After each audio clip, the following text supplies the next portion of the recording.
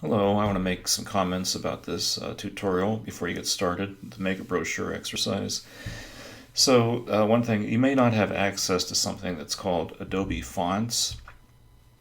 So in that case, just use a typeface and font similar to what is shown in the tutorial. You may not have the exact font that the tutorial wants, but just pick something similar. The second thing is fix typographic errors such as poor line breaks. This is a nice tutorial, but there's a couple of mistakes in it, so which is kind of weird. But anyway, this is the tutorial, and it's really a good tutorial because it shows you a lot of different techniques in InDesign and how to put together something that looks really nice. This pay attention to this line. Typekit is now Adobe Fonts.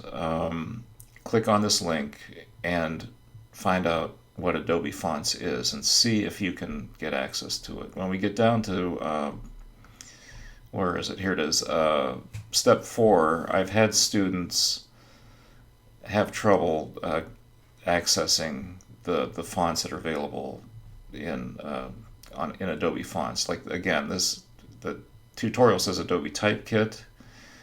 It's now referred to as Adobe Fonts. Just follow that link I showed you a little bit earlier.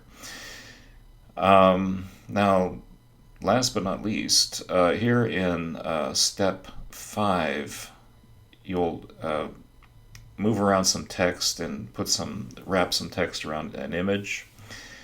There's some typographical errors that came up here in step 5, which the instructor did not fix. So let me show you that.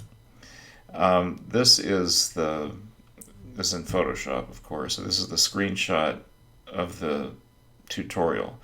There are two mistakes that you need to fix here, and they're underlined. One is in column 1, where this partial, this phrase here should be in line with the rest of the text. That you should not have like 4 words just hanging out over here.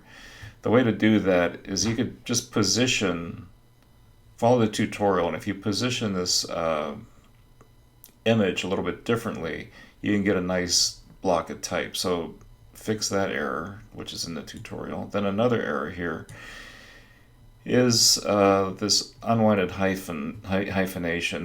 This word, it says everywhere. This word where should not be hanging out here. So you already have done some stuff with copy fitting, so either track that in or get rid of the hyphen.